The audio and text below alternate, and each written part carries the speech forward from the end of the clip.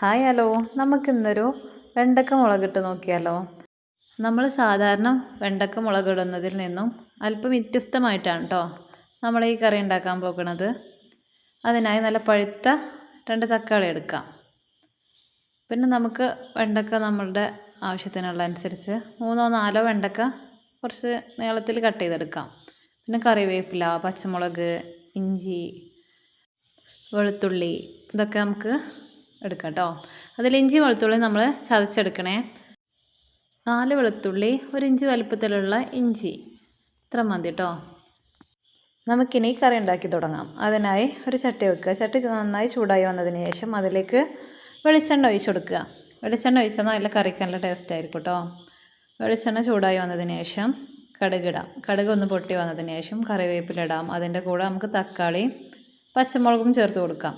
എന്നിട്ട് നന്നായി ഒന്ന് ഇളക്കിയതിന് ശേഷം വാടി വരാനായിട്ട് അല്പം ഉപ്പ് ചേർത്ത് കൊടുക്കാം. ഉപ്പ് ചേർത്ത് നന്നായി ഇളക്കിയതിന് ശേഷം നമുക്കിതിക്ക് ഇഞ്ചി വെളുത്തുള്ളി ചതച്ചത് ചേർത്ത് കൊടുക്കാം.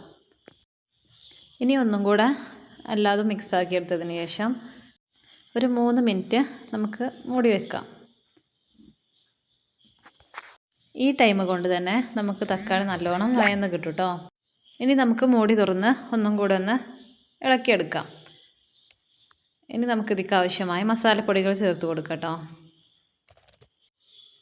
ഒരു 1/4 ടീസ്പൂൺ മഞ്ഞൾപ്പൊടി ചേർത്ത് കൊടുക്കാം. അതിൻ്റെ കൂടെ തന്നെ ഒരു 1/2 ടീസ്പൂൺ മുളക് പൊടിയും ചേർത്ത് കൊടുക്കാം. മുളക് പൊടി നമ്മുടെ ടേസ്റ്റിനനുസരിച്ച് കൂട്ടുകയോ കുറയ്ക്കുകയോ ചെയ്യാവുന്നതാണ്. ഇനി നമുക്കിതിക്ക് സ്പെഷ്യലായിട്ടൊരു പൊടി ചേർത്ത് കൊടുത്താലോ. വേറെ ഒന്നുമല്ല കേട്ടോ, നമ്മുടെ സാമ്പാർ പൊടിയാണേ. അത് നമുക്കൊരു ടീസ്പൂൺ ചേർത്ത് കൊടുക്കാം. സാമ്പാർ പൊടി ഇല്ലെങ്കിൽ അല്പം കായപ്പൊടി ആയാലും കുഴപ്പമില്ല. അപ്പോൾ അല്പം ചേർത്ത് കൊടുത്താൽ മതി. ഇതുപോലെ ഒരു ടീസ്പൂണൊന്നും ചേർത്ത് കൊടുക്കരുത്. ഇനി നമുക്ക് നന്നായി വഴറ്റിയെടുക്കാം. പൊടികളുടെ എല്ലാം പച്ചമണം മാറുന്നത് വരെ നന്നായി വഴറ്റിയെടുക്കാം. ഇനി ഇതിലേക്ക് നമുക്ക് കറിക്ക് ആവശ്യമായിട്ടുള്ള വെള്ളം ചേർത്ത് കൊടുക്കാം. വെള്ളത്തിൻ്റെ അളവൊക്കെ നമുക്ക് എത്രയാണോ കറി വേണ്ടത് അതിനനുസരിച്ച് ചേർത്ത് കൊടുക്കാം. ഇത് നന്നായി തിളച്ച് വന്നതിന് ശേഷം കട്ട് ചെയ്ത് വെച്ച വെണ്ടക്ക ചേർത്ത് കൊടുക്കാം.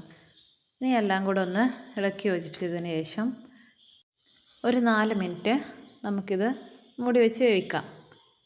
ലോ ഫ്ലെയിമിലിട്ട് വേണം നമുക്ക് വേവിച്ചെടുക്കാൻ. ഈ ടൈമിൽ ഉപ്പ് കുറവാണെങ്കിൽ ചേർത്ത് കൊടുക്കാം. മല്ലിയില ഉണ്ടെങ്കിലും ചേർത്ത് കൊടുക്കാം. നമ്മുടെ വെണ്ടക്ക നന്നായി വന്നതിന് ശേഷം നമുക്ക് ഫ്ലെയിം ഓഫ് ചെയ്യാവുന്നതാണ്. ഈ കറി ചോറിൻ്റെ കൂടെയൊക്കെ നല്ലൊരു ബെസ്റ്റ് കോമ്പിനേഷനാണ്. ഇനി വെണ്ടക്ക കിട്ടുമ്പോൾ ഈ രീതി ഒന്ന് ട്രൈ ചെയ്ത് നോക്കൂ. എൻ്റെ വീഡിയോ ഇഷ്ടപ്പെട്ടാൽ സബ്സ്ക്രൈബ് ചെയ്യണേ, ലൈക്കും ചെയ്യണേ.